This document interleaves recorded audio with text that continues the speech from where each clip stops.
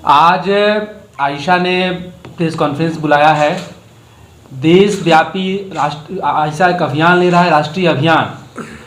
मोदी सरकार के 10 साल और यंग इंडिया के 10 सवाल। देश भर में जिस तरह से शैक्षणिक हालात हैं और बिहार में भी जो शिक्षा की हालात है, आयशा का बिहार का राज्य सम्मेलन भी 23-24 दिसंबर 2023 को पटना में ही होने जा रहा है। ये जो सम्मेलन है, यह सम्मेलन शिक्षा और रोजगार के सवाल पर हो रहा है। इसके अलावा जो हमारा राष्ट्रीय अभियान है, उस अभियान की शुरुआत आज हम लोग कैंपेन को हम लोग बिहार में लॉन्च कर रहे हैं। हम तमाम जगहों पर देख रहे हैं कि सरकार शिक्षा के क्षेत्रों में जो नई शिक्षा नीति लेकर के आई है और कैंपसों को लगातार प्राइवेट करने की कोशिश की जा रही है। इसके अलावा लगातार फीस वृद्धि हो रहा है। बिहार के विश्वविद्यालयों में देख लीजिए, हाल ही में 4 साल का ग्रेजुएशन लागू किया गया और उस ग्रेजुएशन के लागू होने के बाद बेतहाशा फीस वृद्धि हुई। और यह सिर्फ बिहार में ही नहीं हुआ, नई शिक्षा नीति को जबरन देश के विश्वविद्यालयों पे थोपा जा रहा है। आप देखिए कि बीएचयू में क्या हुआ, इलाहाबाद में क्या हुआ, दिल्ली यूनिवर्सिटी में क्या हुआ, जवाहरलाल नेहरू यूनिवर्सिटी में क्या हुआ।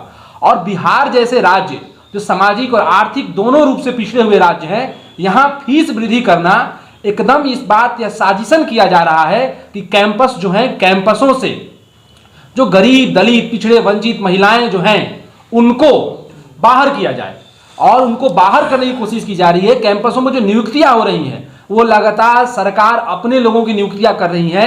यह भी एक बड़ा सवाल है।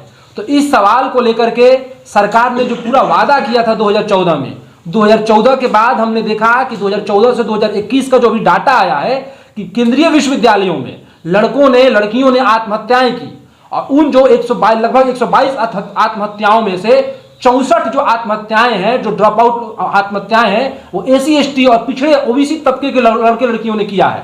तो आखिर क्यों मोदी सरकार के आने के बाद से लगातार सरकारों विश्वविद्यालयों में पिछड़े, दलित, वंचित तबके के लोगों की आत्महत्याएं बढ़ी है।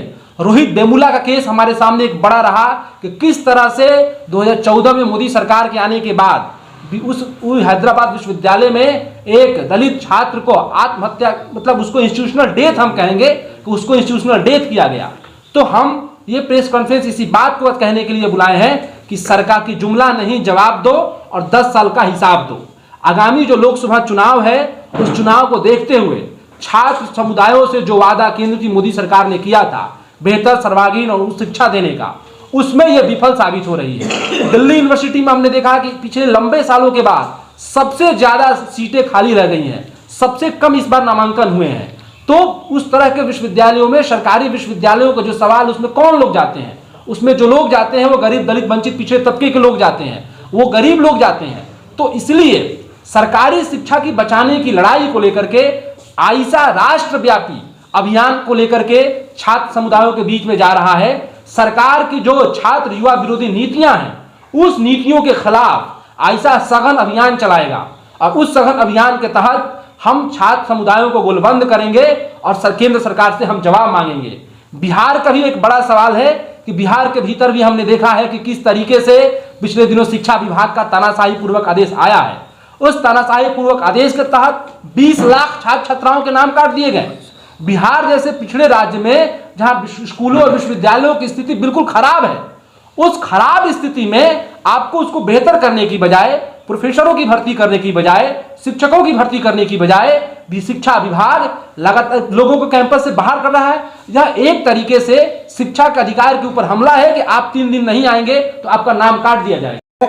लगातार अभी इमीडिएटली जो आया है के पाठक जी का जो फरमान आया है, आयशा ने पूरे राज्यव्यापी कॉल दिया है कि ये जो फरमान है कि जो शिक्षक जो अपने सोशल मीडिया पर नहीं लिख सकते हैं, नहीं बोल सकते हैं, नहीं कह सकते हैं, हम पूरे जोर विरोध किए हैं और लगातार कर रहे हैं। जो हमारे पार्टी के विधायक साथी हैं, कॉमरेड हैं, इस सवाल को कभी लड़ रहे हैं, हम भी लड़ रहे हैं, हम विरोध कर रहे हैं। सरकार की जो गलत नीति है, महागठबंधन में जरूर है, हम सपोर्ट में है, लेकिन जो गलत नीति है, जो गलत विचार है, उसको हम विरोध कर रहे हैं, कड़ी विरोध कर रहे हैं।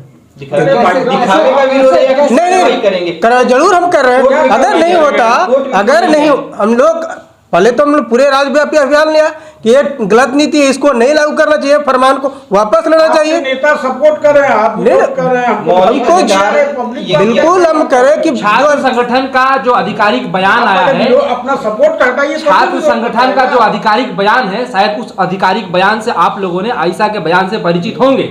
और आयशा किसी भी तरह की जन विरोधी नीतियों के साथ कहीं नहीं खड़ा है, छात्र विरोधी नीतियों के साथ हम कहीं नहीं खड़े हैं। और हमने राज्यव्यापी प्रतिरोध करने का, राज्यव्यापी हमने वो शिक्षा विभाग का विरोध करने का हमने ये फैसला किया और हमने विरोध किया।